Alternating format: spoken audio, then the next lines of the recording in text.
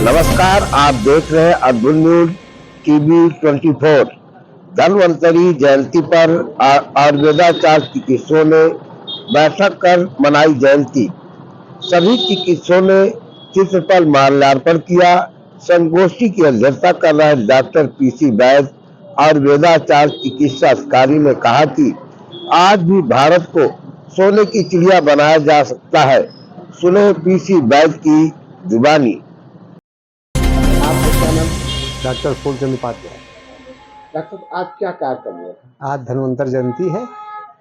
भगवान धन्वंतर हमारे भगवान है आयुर्वेद के, उन्हीं के विषय में जो है मनन चिंतन। नहीं, आयुर्वेद के मामले में क्या है ये?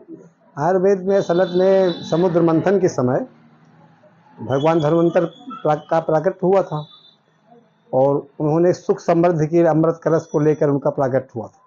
सुख समृद्धि के लिए उन्होंने जो है विश्व कल्याण के लिए संसार में आए हुए।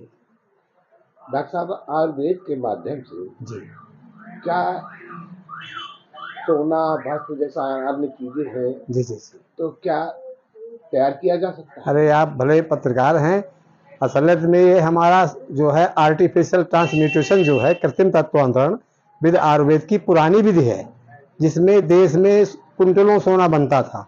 हल्के धातुओं के परमाणुओं को पारद सिद्ध पारद के संयोग से सोने के परमाणुओं में परिवर्तन होता था।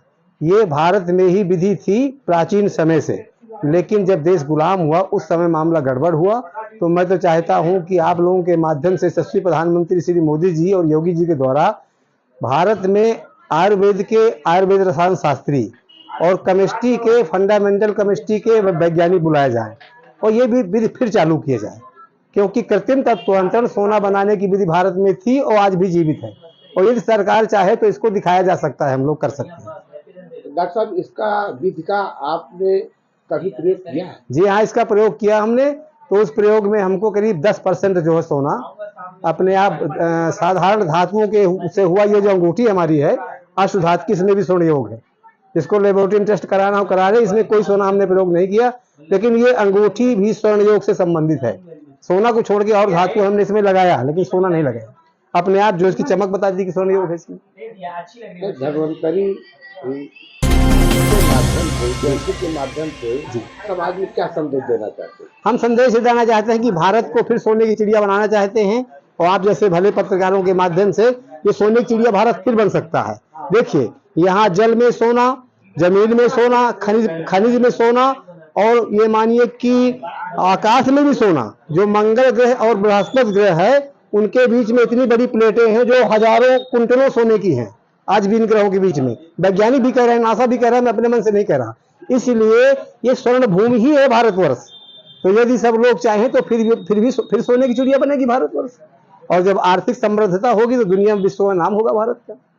और डॉक्टर साहब, एक ये सवाल है सबसे बड़ा जी जी कि आयुर्वेद और पहला एलोपैथिक में जी क्या अंतर है? आयुर्वेद एलोपैथी में ये अंतर है कि आयुर्वेद जो है जड़ से ठीक करता है रोग। एलोपैथ में साइड इफेक्ट इतना बुरा है कि उससे रोग से रोगी नहीं मरता, उनके साइड इफेक्ट से मर जाते हैं। और मैं आपको एक बात और बताना चाहता हूँ, WHO ने 250 एलोपैथिक दवाओं की मान्यता दी, 10,000 भारत में बिक रही हैं, वो उन्हीं से रोगी मर रहे हैं। डॉक्टर साहब, तो क्या देशवासियों को आयुर्वेद ही अपनाना चाहिए? जी हाँ, अरे ये 10,000 वर्ष पुरानी चिकित्सा है और इसमें साइड इफेक्ट कुछ नहीं है। अच्छा स्वास्थ्य बन जाता है, रोग तो समूल नाशी होता है, देर लगती है थोड़ा। जय